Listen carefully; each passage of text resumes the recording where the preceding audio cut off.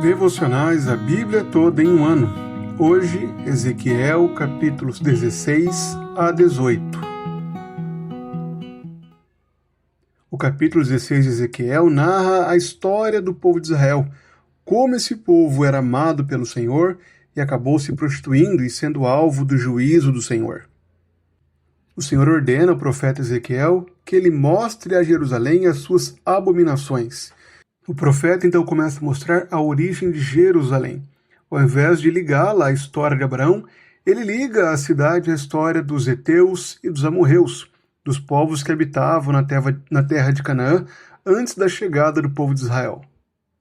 Desta forma, o Senhor mostra que Jerusalém era desprezada, mas o Senhor a socorreu, o Senhor cuidou desse povo, limpou, fez dela uma cidade bela, ela cresceu e foi amada pelo Senhor.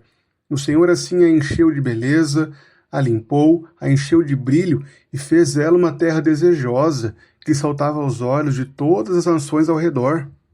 Devido a toda a beleza, a todo o embelezamento que o Senhor trouxe para Jerusalém, ela se tornou uma cidade de grande fama, uma cidade muito esplendorosa e que atraía os olhares de todos ao redor. E por causa disso, ela confiou em sua beleza. Ao invés de permanecer fiel ao Senhor, ela se prostituiu e se voltou a todo tipo de idolatria, de pecado contra o Senhor. E o pecado não parou na idolatria. Ela também entregou seus filhos e suas filhas para serem sacrificadas a deuses falsos. Por conta disso, o Senhor estendeu a sua mão e reduziu o território de Judá. Fez com que o seu povo fosse afligido pelos inimigos que avançavam contra eles. Porém, esse povo continuava mostrando um coração fraco, um coração que desejava prostituição e que vivia se contaminando com os ídolos. Por isso o Senhor reunirá todos os amantes desse povo. Ele os entregará para que sejam alvos da vergonha, do desprezo dos povos que os odeiam. O Senhor acabará com toda a beleza, com toda a atração que havia em Jerusalém, para que ela não mais se contaminasse, não se prostituísse mais.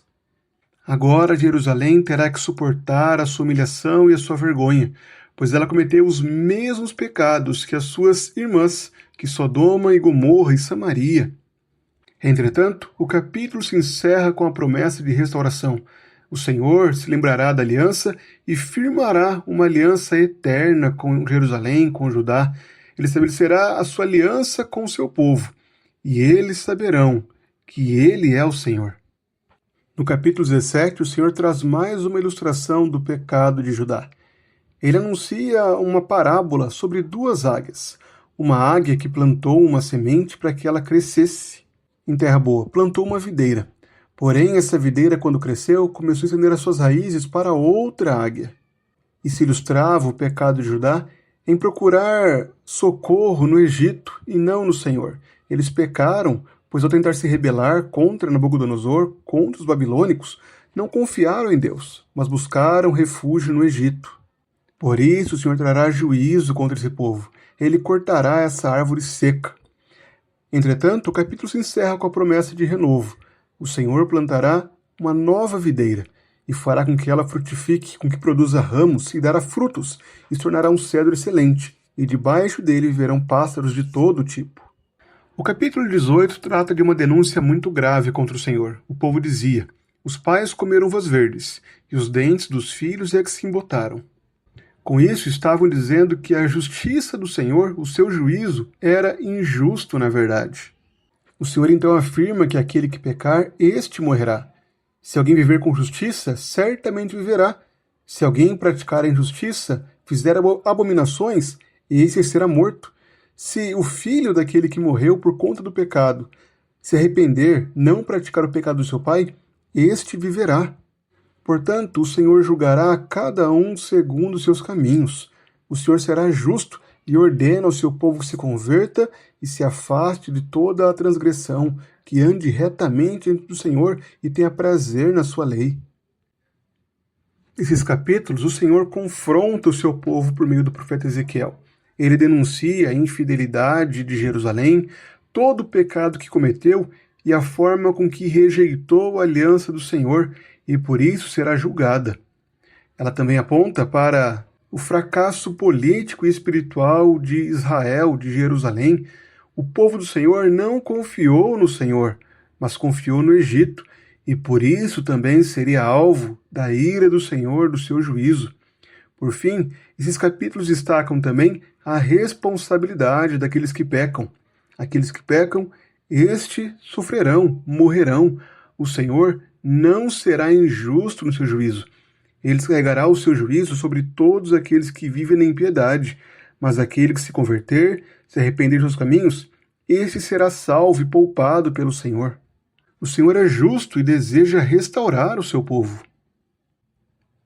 Esses capítulos apontam para Cristo como o esposo fiel, que resgata, purifica e santifica a sua noiva que antes era como uma prostituta, que se envolvia com idolatria e o desagradava.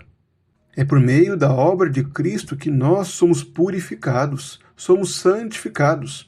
Agora, Cristo tem santificado a sua noiva, a sua igreja. Ele tem a purificado para apresentá-la imaculada na sua glória. Da mesma forma, Cristo é visto nesse texto como a árvore, como o renovo que foi plantado por Deus e que agora abriga as nações debaixo da sua sombra, das suas folhas. Cristo também é aquele que recebeu a justiça em nosso lugar. Embora o Senhor declare que aquele que pecar, esse morrerá, Cristo, aquele sem pecado, o único homem que não pecou, sofreu a justiça de Deus em nosso lugar. A justiça não foi derramada sobre nós.